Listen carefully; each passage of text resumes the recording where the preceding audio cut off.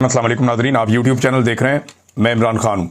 सबसे पहले पाकिस्तान के अंदर की बात करते हैं। ख़बर जो है वो ख़ित्ते के हवाले से और अमेरिका के हवाले से भी डेवलपमेंट है, और वहाँ से एक बड़ी अहम रिपोर्ट भी आई है कि ईरान का नुकसान एक्चुअली हुआ या नहीं हुआ, और ईरान की जौहरी तनसीबात किस तरह से बच गई, ये बाकायदा अब अमेरिका एतराफ़ कर रहा है। बाद में आपको बताता हूँ, लेकिन पहले गंडापुर साहब जो हैं वो अब हॉट वाटर्स में हैं, और सारी तनकीद उनके ऊपर या खैबर पख्तूनख्वा की हुकूमत के ऊपर हो रही है, क्योंकि चंद चीज़ें ऐसी हो गई जिसकी किसी को तवक्को नहीं थी। एक तो यह है कि बजट पास करवाया गया एक हफ्ता पहले, यानी मरीम नवाज से भी, मुराद अली शाह से भी और शहबाज शरीफ से भी पहले बजट पास करवा दिया गया उजलत में। हालांकि इसको लिंगर ऑन किया जा सकता था, कोशिश की जा सकती थी कि इमरान खान साहब से मुलाकात की जाए, और अगर मुलाकात ना होती तो भी काफ़ी टाइम बाकी था, ये बजट बाद में भी पास हो सकता था। लेकिन इमरान खान साहब से मुलाकात की कोशिश से पहले ही ये बजट पास करवा लिया गया। इसमें एक मुलाकात हुई है बैरिस्टर सैफ की, और उनकी मुलाकात हुई इमरान खान साहब से, तो उन्होंने एक स्टेटमेंट दिया इस पे कि इमरान खान साहब ने क्या कहा। देखें, बैरिस्टर साहब को आप सारे जानते हैं, पाकिस्तान तहरीक इंसाफ में ये कंपेन भी चलती रही है कि बैरिस्टर साहब को ओहदे से हटाया जाए, लेकिन उन्हें ओहदे से नहीं हटाया गया। ना ही इमरान खान साहब ने ऐसा कोई हुक्म जारी किया, ना ही अली अमीन गंडापुर साहब ने इस किस्म का कोई कदम उठाया। अब मामला यह है कि बैरिस्टर साहब ने दावा किया है कि इमरान खान ने ब्रीफिंग के बाद सूबे के आइंदा माली साल के बजट की मंजूरी पर रजामंदी का इजहार कर दिया। वो कह रहे हैं जी इमरान खान साहब रजामंद हो गए, मैंने जाके ब्रीफिंग दे दी है, और जो बातें अली अमीन ने या मुजम्मल असलम ने बतानी थी वो मैंने बता दी हैं।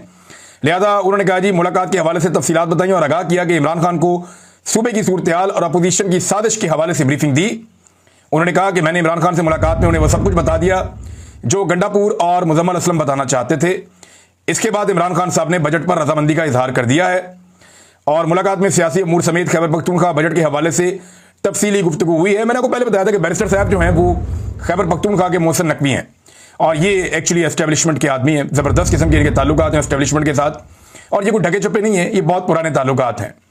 अच्छा जी, उन्होंने कहा जबकि बजट से मुतालिक कानूनी और आईनी पेचीदगियों पर अपोजिशन की साजिश पर इमरान खान साहब को आगाह किया, बजट पास ना किया जाता तो संगीन कानूनी और आईनी मसाइल पैदा हो सकते थे। पेचीदगियों के बायस ना तो तनख्वाहें दी जा सकती थी और ना ही हुकूमती अखराजात पूरे किए जा सकते थे, सूबे में बहरान की सूरत हाल जन्म ले सकती थी। लिहाजा इमरान खान साहब को सारी चीज़ें बताई जिसके तहत उन्हें लगता है कि बजट पास करवाना बहुत ज़रूरी था, और इमरान खान साहब अगर अली अमीन गंडापुर से और मुजम्मल असलम से मिल लें तो बजट के अंदर रद्दोबदल मुमकिन है, और इमरान खान से मुलाकात में वो बजट से मुतालिक हदायत जारी करेंगे। देखिए, ये बजट तो लगभग एक जैसा ही होता है, कोई इतना फ़र्क तो होता नहीं। असल मामला था शायद जो मुझे महसूस हुआ, इमरान खान साहब ये साबित करना चाहते थे कि वो बालादस्त हैं और एस्टेब्लिशमेंट उनकी मर्जी के बगैर चीज़ें नहीं कर सकती, और एस्टेब्लिशमेंट साबित करना चाहती थी कि जनाब आप जेल में पड़े, हम करके आपको दिखा देंगे। उन्होंने करके दिखा दिया, तो बजट तो पास हो गया। अब ये बैरिस्टर साहब ने कहा जी इमरान खान साहब राजी हो गए। इमरान खान साहब का एक ट्वीट है, जो इमरान खान साहब का ट्वीट है वो मैं आपको पढ़ के सुना देता हूं, उससे जरा मजीद क्लैरिटी आ जाएगी। इमरान खान साहब अपने ट्वीट में कहते हैं कि पाकिस्तान में इस वक्त हाइब्रिड निज़ाम नहीं बल्कि मार्शल लॉ है और मुकम्मल डिक्टेटरशिप नाफिज है। इसकी वादे मिसाल सदर ट्रंप का शहबाज शरीफ और जरदारी के बजाय आसिम मुनीर से मुलाकात करना है, क्योंकि उन्हें भी पता है कि तमाम इख्तियारात आसिम मुनीर के पास ही हैं। इसीलिए मैं भी ये कहता हूं कि मुज़ाकरात उन्हीं से होने चाहिए जिनके पास इख्तियारात हैं। खैबर पख्तूनख्वा के इलाकों में ड्रोन हमले और मासूम जानों के ज़िया इंतहाई अफसोसनाक है। मैंने पाकिस्तान में अमरीकी ड्रोन हमलों के खिलाफ दुनिया भर में एहतजाज और मार्च किए हैं। इस मामले पर मेरा मौक़िफ़ दुनिया के सामने है। बेगुनाहों का जब भी कत्ल होता है, इससे दहशतगर्दी बढ़ती है। ड्रोन हमलों के जिम्मेदारों के खिलाफ खैबर पख्तूनख्वा की हुकूमत FIR दर्ज करवाए। ये बात मैंने पहले कई मरतबा कही है कि देखें, खैबर पख्तूनख्वा की हुकूमत ये कहती है कि ये ड्रोन हमले गलत हो रहे हैं, तो फिर इनके खिलाफ FIR दर्ज होनी चाहिए, लेकिन FIR दर्ज नहीं होती। एक तरफ ये कहा जाता है कि ये हमले जो हो रहे हैं, ड्रोन हमले, इनके अंदर पाकिस्तान की अफवाज का कोई ताल्लुक नहीं है या पाकिस्तान की डिफेंस फोर्सेज का कोई ताल्लुक नहीं है। तो फिर अगर कोई और पाकिस्तान के अंदर ड्रोन हमला कर रहा है तो उसके ऊपर FIR तो दर्ज करना बनती है। ये मैंने पहले भी नुक्ता उठाया था, आज इमरान खान साहब ने भी कहा, लेकिन खैबर पख्तूनख्वा की हुकूमत FIR दर्ज नहीं कर पाई। खैबर पख्तूनख्वा की आवाम ने मुझ पर एतमाद करते हुए वोट दिया, इसीलिए मैंने कहा था कि बजट से पहले अली अमीन, मुजम्मल असलम, उमर अयूब, शिबली फराद और तैमूर झगड़ा आकर मुझे बजट पर ब्रीफिंग देंगे। ये मैंने आपको पहले खबर दी थी, और इमरान खान साहब ने आज मेरी खबर की तस्दीक भी कर दी है। बजट पास करने से पहले अली अमीन और खैबर पख्तूनख्वा हुकूमत को सुप्रीम कोर्ट जाना चाहिए था और बताना चाहिए था कि खैबर पख्तूनख्वा की हुक्मरान जमात का सरबराह इमरान खान है, और हमने उनसे बजट के हवाले से हदायत लेनी है, जिसके बगैर IMF भी बजट कबूल नहीं करेगा। अब दोबारा वादे हदायत देता हूं कि खैबर पख्तूनख्वा की हुकूमत सुप्रीम कोर्ट से रुजू करे। यह कोई हतमी बजट नहीं है, मुझसे वही मुशावरती टीम मुलाकात करे और फिर जो तरामीम मैं बताऊं उनको शामिल करके बजट मंजूर किया जाए। अच्छा जी, अब इसमें एक और चीज़ बड़ी इंटरेस्टिंग है। इमरान खान साहब ने कहा कि अब सुप्रीम कोर्ट चले जाएं, तो मेरा नहीं ख्याल कि अब कोई फायदा है। अब ये गोंगलुओं से मट्टी झाड़ने वाली बात है। उसकी वजह यह है कि जैसे ये सुप्रीम कोर्ट में जाएंगे तो सुप्रीम कोर्ट ने कहेगी कि जी आपने तो बजट मंजूर कर लिया, बाकी सूबों से पहले आपने कर लिया, तो अगर आपने अपने लीडर से मुलाकात करनी थी तो आप जाके अपने लीडर से मुलाकात करते, वहां कोशिश करते, आपके पास टाइम था तो आप बजट मंजूर करने में आपने उजलत भी दिखाई। अब आप सुप्रीम कोर्ट में भी आ गए हैं, यही नुकता वहां पे दोबारा उठाया जाएगा सुप्रीम कोर्ट में, आप देख लीजिएगा, मामला इससे जुड़े ही होंगे। अच्छा, इमरान खान साहब आगे ये कहते हैं कि इस वक्त जबकि बाकी सूबाई हुकूमतें सरप्लस बजट नहीं दे रही, तो खैबर पख्तूनख्वा की अवाम के फंड से सरप्लस बजट देना सिर्फ नाजायज वफाकी हुकूमत को फायदा देने के मुतरातिफ है। मैं खैबर पख्तूनख्वा की अवाम का किसी सूरत नुकसान नहीं होने दूंगा। इस मुश्किल दौर में जब मेन स्ट्रीम मीडिया का गला घोंट दिया गया है या उन्हें खरीद लिया गया है, ऐसे में सोशल मीडिया ने जिस तरह हक का आलम बुलंद कर रखा है, मैं उन्हें खराज तहसीन पेश करता हूं। सोशल मीडिया की वजह से ही अवाम की आवाज जिंदा है। एक तरफ पूरी जो एक पोर्शन है पाकिस्तान तहरीक इंसाफ का, जो इख्तियार में बैठे हुए लोग हैं, वो सोशल मीडिया को दिन रात गालियां निकाल रहे हैं, उनके ऊपर अटैक कर रहे हैं।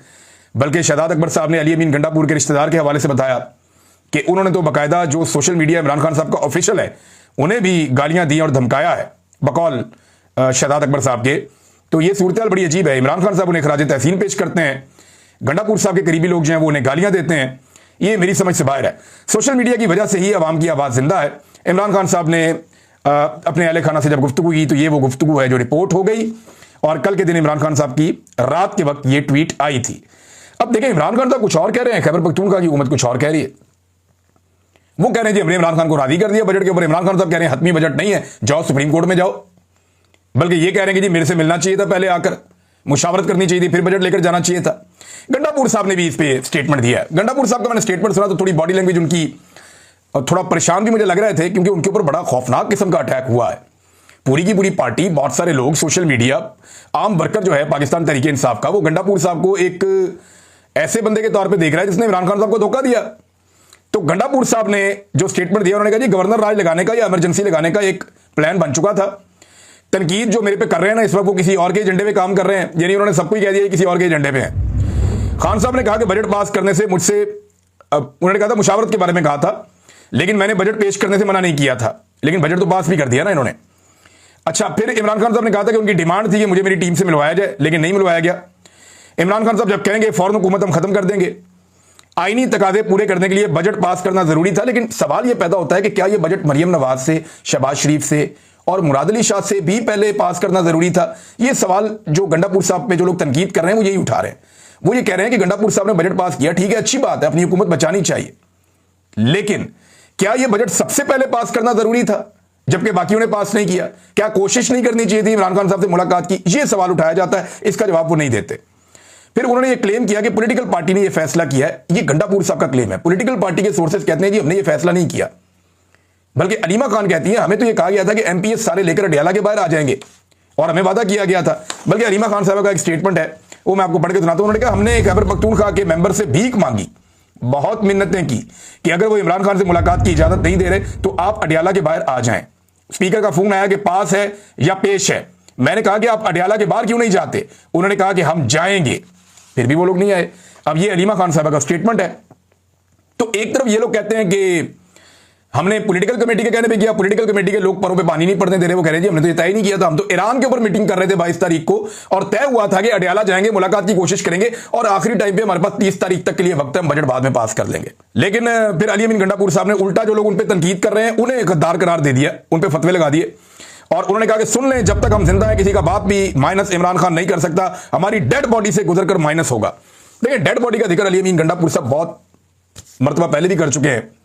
2 मरतबा लड़ाई का मौका आया, या लड़ाई का मौका क्या कहें, डट के खड़े होने का मौका आया, या जान देने का मौका आया, या मार खाने का मौका आया, या गिरफ्तार होने का मौका आया। इन दोनों मौकों पर अली अमीन गंडापुर साहब ने मौका दाया कर दिए।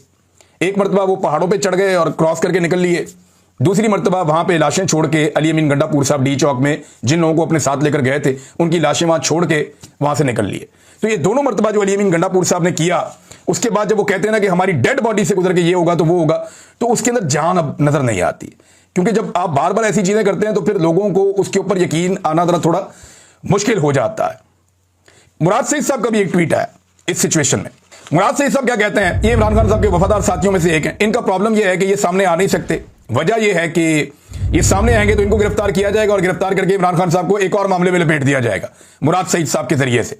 यानी चंद लोग ऐसे हैं जिनको पकड़ा जाएगा और पकड़ के इमरान खान साहब पे उनके साथ मुकदमे बनाए जाएंगे, वो इमरान खान साहब के लिए नई मुसीबत बन जाएगी। उसमें एक मुराद सईद है, कासम सूरी हैं, ये एक दो और लोग हैं पाकिस्तान से बाहर हैं, पाकिस्तान के अंदर। इन लोगों के लिए प्रॉब्लम है कि इनकी गिरफ्तारियां इमरान खान साहब भी नहीं चाहते कि इनकी हों, नए मामला और मसाइल पैदा हो जाएंगे।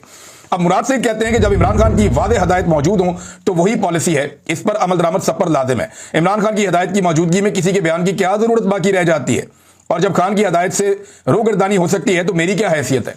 यानी इनके ऊपर तनकीद उड़ दी कि आप क्यों नहीं बोलते, ये क्या हो गया, बजट पास हो गया। उन्होंने कहा जी मेरी हैसियत क्या है, जब इमरान खान की बात नहीं मानी तो मेरी बात क्या माननी है। एक्चुअली वो ये पैगाम दे रहे हैं। फिर उन्होंने कहा जिस चीज को जिम्मेदारी सौंपी गई वो जिस ग्रुप का भी हिस्सा तस्वुर होता है, हर एक को मुकम्मल खलूस और दयानतदारी से मैंने सपोर्ट किया है। और मिनरल बिल से लेके बजट से लेके एहतजाजी तहरीक तक हर जगह पे वो बता रहे हैं जी कि उन्होंने आवाज़ उठाई है, और जो कुछ अपनी बिसात में था वो कहते हैं जी मैंने किया जितना मैं कर सकता था। बार बार तफसील से बयान कर चुका हूँ। और जिनकी ये सोच है कि मैं किसी घनावनी उम्मीद पर छुपा बैठा हूं, तो टाउट साफियों के बयानात की गवाही है कि उनके मालिकों को क्या दरकार है। फिर आखिर में एक जुमले में ये जो मैंने पहले बात की है ना, उसकी तस्दीक की मुराद सईद साहब ने कि मेरे कंधे पर बोझ सिर्फ मेरे सर का नहीं है। बस ये इतनी सी बात है कि अगर गिरफ्तार किया जाता है मुराद सईद को तो लपेटा जाएगा इमरान खान को। इस तरह और लोग भी हैं जिनमें अगर कासम सूरी को गिरफ्तार किया जाता है तो गद्दारी का मुकदमा चला के आइन से बगावत का या आइन शिकनी का, उसमें इमरान खान साहब को लपेटा जाएगा। इस पर आपको याद होगा कि काजी फायद ईसा साहब बड़े गर्म थे कि पकड़ो जी कासम सूरी को, पकड़ो इसको पकड़ो। दो चार लोग ऐसे हैं जिनमें इमरान खान साहब को लपेटने की कोशिश की जा सकती है। बाकी लोग जो है वो ज्यादातर कंप्रोमाइज हो गए थे, उन्होंने अपना मौके भी तब्दील कर दिया, लिहाजा उनकी बचत हो गई। नाज़रीन, शहजाद अकबर साहब ने जो है वो खबरदार किया अली अमीन गंडापुर साहब को और उनकी फैमिली के अरकान को। उन्होंने कहा कि अगर इमरान खान साहब ने आपको फारिग कर दिया ना तो फिर आपको एस्टेब्लिशमेंट भी मुंह नहीं लगाएगी, क्योंकि इमरान खान के साथ आप रेलिवेंट हैं तो एस्टेब्लिशमेंट को आपकी जरूरत है। जब आपको फारिग कर दिया और इमरान खान किसी और को सामने लाएगा तो फिर एस्टेब्लिशमेंट उसको मुंह लगाएगी, उससे बात करेगी, और सेक्टर कमांडर वगैरह भी आपका फोन नहीं उठाएंगे। ये शहजाद अकबर साहब ने कहा। और उन्होंने कहा कि खैबर पख्तूनख्वा की हुकूमत बचाने की आप बात करते हैं तो इमरान खान साहब को खैबर पख्तूनख्वा की हुकूमत से कोई टके का फायदा नहीं है, और हुकूमत है कौन सी, आपकी इख्तियार है कोई नहीं, इमरान खान को टके का फायदा नहीं है। तो ये बड़ी सख्त बातें हैं जो शहजाद अकबर साहब ने खैबर पख्तूनख्वा की हुकूमत को बताई कि जनाब इजी हो जाए। नाज़रीन, पहले आपको मैं आज का एक बहुत बड़ा लतीफा सुना देता हूं, और ये बड़ा जबरदस्त लतीफा है, इसको जरा आप सुनिए। इलेक्शन कमीशन ऑफ पाकिस्तान का जो ऑफिशियल अकाउंट है, यहां से एक ट्वीट होता है, वो बताते हैं कि हमने जनाब एक मीटिंग की है और हम मदरसे में गए, वहां पे हमने बच्चों को बताया कि वोट डालने की अहमियत, वोट कैसे डालने और कैसे करना है। ये इलेक्शन कमीशन के कारनामे चेक करें आप। पूरे पाकिस्तान के इलेक्शन का बेड़ा गर्क करके भट्ठा बिठा के सबसे बड़ी पॉलिटिकल पार्टी का इंतखाबी निशान छीन कर अभी तक मखसूस नशिस्तें नहीं दे रहा, और जाके मदारिस में बच्चों को बता रहा है कि जनाब बदीन में कि जनाब आपने वोट कैसे डालना है। अंदाजा करें आप, इलेक्शन कमीशन ऑफ पाकिस्तान का जो असल काम है वो काम इलेक्शन कमीशन ऑफ पाकिस्तान ने नहीं किया। पाकिस्तानियों को सारा पता है, सारा शऊर है, सोशल मीडिया पे हर चीज मिल जाती है। इलेक्शन कमीशन ऑफ पाकिस्तान सिर्फ साफ और शफाफ इलेक्शन करवाए, जो उसका काम है वो काम नहीं किया। इस किस्म के लतीफे ये लोग कर रहे हैं। पाकिस्तान के अंदर तो एक और खबर है नाज़रीन, और ये इंतहाई अफसोसनाक खबर है। मैं मिफ्ता इस्माइल साहब ने इसके बारे में आप बताया दोबारा से, बार बार ये खबर हम आपके सामने रखते रहे हैं। और जिस वक्त ये चीनी को पाकिस्तान से बाहर भेज रहे थे, हमने तब भी आपको बताया था कि ये दाव मार रहे हैं, इसमें ये कमीशन खाएंगे, पैसा बनाएंगे, फिर इनको चीनी वापस मंगवानी पड़ेगी। अब मिफ्ता इस्माइल साहब कहते हैं कि चीनी की इस वक्त जो कीमत है रिटेल, वो 210 रुपए फी किलो है, और अब इस कीमत से 80 रुपए फी किलो या 61% ज्यादा है। यानी जो कीमत इसकी होनी चाहिए थी उससे 80 रुपए किलो महंगी चीनी इस वक्त बिक रही है। जब हुकूमत ने चीनी की बरामद की इजाजत दी थी, यानी जिस वक्त हुकूमत ने कहा ना चीनी पाकिस्तान से बाहर भेज दो, तब 80 रुपए किलो सस्ती थी, और जब बाहर भेजी जा रही थी उसके बाद अब 80 रुपए किलो महंगी है। यह फायदा किसको हुआ? माफिया को। फायदा दिया किसने? माफिया ने। हुकूमत जो है वो उन्हीं लोगों की है जो चीनी की मिलों के मालिक हैं, जरदारियों की मिलें हैं, यानी पीपल्स पार्टी वालों की हैं, PMLN वालों की है, शरीफ खानदान की अपनी मिलें हैं, उसके अलावा कुछ और बड़े बड़े लोग हैं, ये तरीन साहब की मिलें हैं, कुछ ऐसे जो अस्करी इदारे हैं उनकी भी कहते हैं जी उनकी भी मिलें, मिलें तो सारी उनकी हैं, तो इंजॉय तो वो लोग करेंगे। अब इसमें वो जो कह रहे हैं कि जी 61% मुनाफा अब इसके ऊपर कमाया जा रहा है। अब चीनी की कमी का सामना हो गया, पहले चीनी बाहर भेज दी, उसके ऊपर कमीशन खा लिया, अब चीनी वापस मंगानी है, जितनी भेजी उतनी वापस मंगानी है। अंदाजा करें आप, फिटे मुंह कहने को दिल नहीं करता आपका। यानी इनकी आप हरकत चेक करें कि जितनी चीनी पाकिस्तान से बाहर भेजी उतनी ही चीनी पाकिस्तान में वापस मंगवानी पड़ेगी। भेजते हुए भी कमीशन, मंगवाते हुए भी कमीशन, और डाका डलेगा आवाम की जेब के ऊपर। कितना? 80 रुपए किलो। मैं निकाल के आपको बताऊंगा डाटा कि इन्होंने कैसा पैसा कमाया है। और वो ये कह रहे हैं कि जनाब इस तरह शुगर मिल मालिकान को हुकूमत के चीनी बरामद करने के फैसले से ज्यादा मुनाफा हुआ और अब हमें यही चीनी दोबारा दरामद करनी पड़ेगी, जिससे मुल्की ज़र मुबादला का नुकसान होगा। मुल्क का नुकसान होता है तो हो, माफिया को पैसे कमाने चाहिए, और ये मिफ्ता इस्माइल साहब बता रहे हैं। अब आए नादरीन, ईरान के जोहरी प्रोग्राम के हवाले से जो एक खबर है मेरे पास। नादरीन, ये जो खबर मैं आपको दे रहा हूं ना, ये CNN और न्यूयॉर्क टाइम्स ने दी है, और ये खबरें जो उन्होंने दी है अमेरिका की डिफेंस इंटेलिजेंस एजेंसी के इब्तदाई जायजे के हवाले से उन्होंने दावा किया कि यह खबर सामने आई है, और यह दावा बाद में तब्दील भी हो सकता है, लेकिन इब्तदाई जायजा है तो उसमें वो कुछ चीजें ऐसी बता रहे हैं, बाद में शायद वो कवर अप करें। लेकिन रिपोर्टें ऐसी सामने आई हैं जिनके मुताबिक यह दावा किया जा रहा है कि ईरानी जोहरी तनसीबात पर अमरीकी हमलों के बायस मुल्क के जोहरी प्रोग्राम के अहम तरीन हिस्से तबाही नहीं हुए, और मुमकिना तौर पर इस हमले के बायस ईरान का जोहरी प्रोग्राम सिर्फ चंद महीने पीछे चला गया, यानी 1-2 महीने, आप समझे 3 महीने पीछे चला गया।